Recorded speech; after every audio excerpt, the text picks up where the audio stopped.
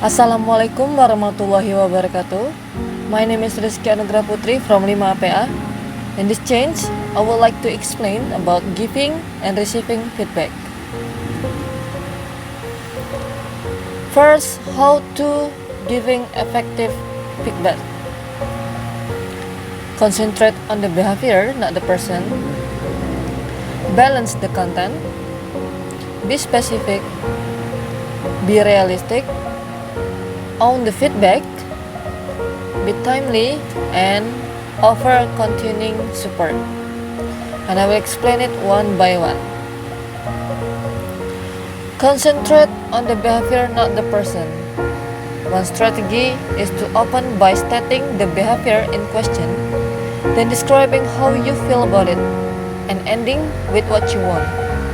This model enables you to avoid sounding accusatory by using I and focusing on behaviors instead of assumed interpretation. Example, I haven't seen you in class for a week.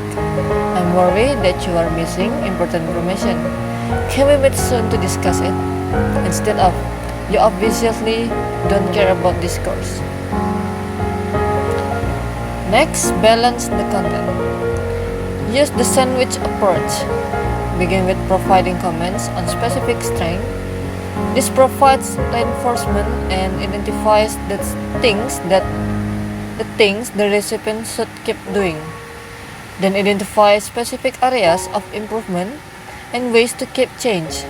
Conclude with a positive comment. This model helps to bolster confidence and keep the weak areas in perspective. Example, your presentation was great. You made good eye contact and were well prepared. You were a little hard to hear at the back of the room, but with some practice you can overcome this. Keep up the good work. Instead of, you didn't speak loudly enough. However, the presentation went well. Next, be specific.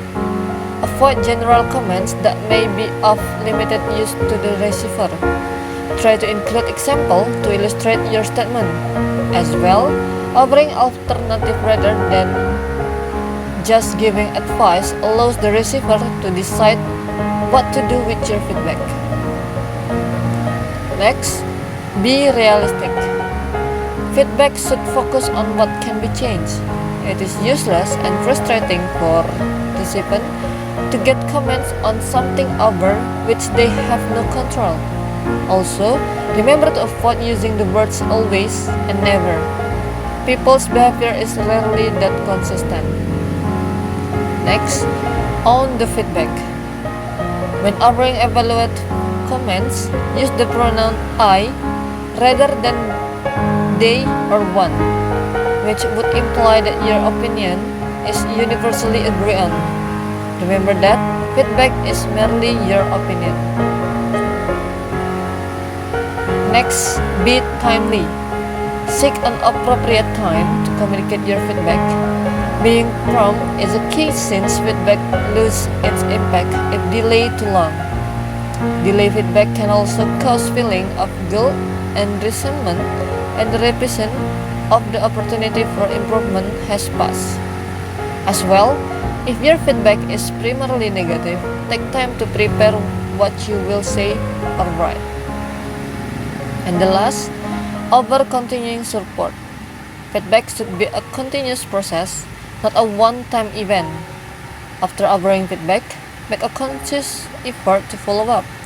Let recipients know you are available if they have questions, and if appropriate, ask for another opportunity to provide more feedback in the future.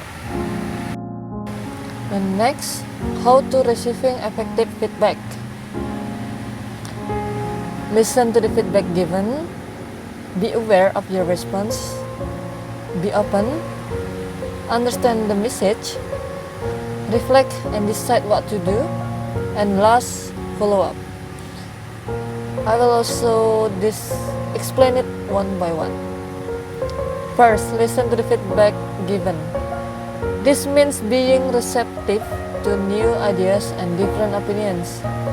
Often, There is more than one way of doing something, and others may have a completely different viewpoint on a given topic.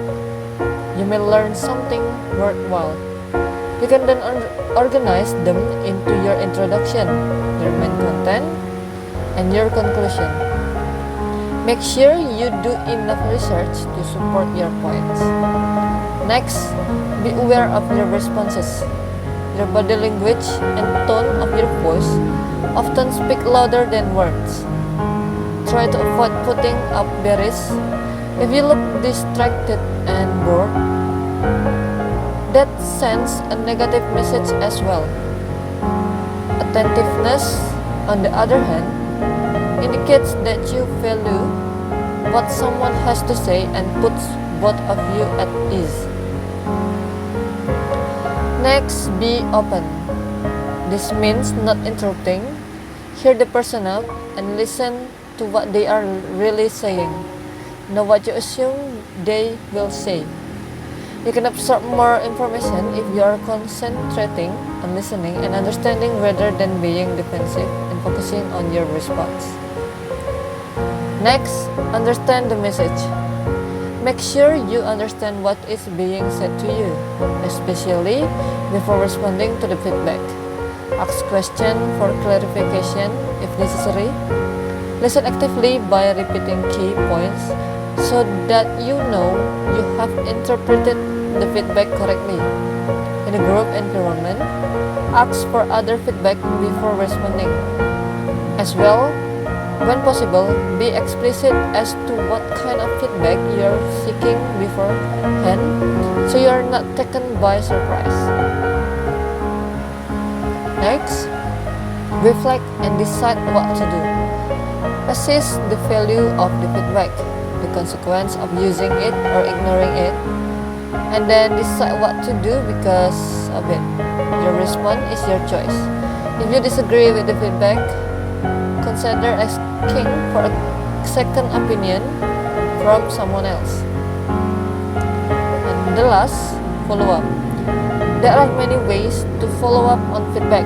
Sometimes your follow up will simply involve implementing the suggestion given to you.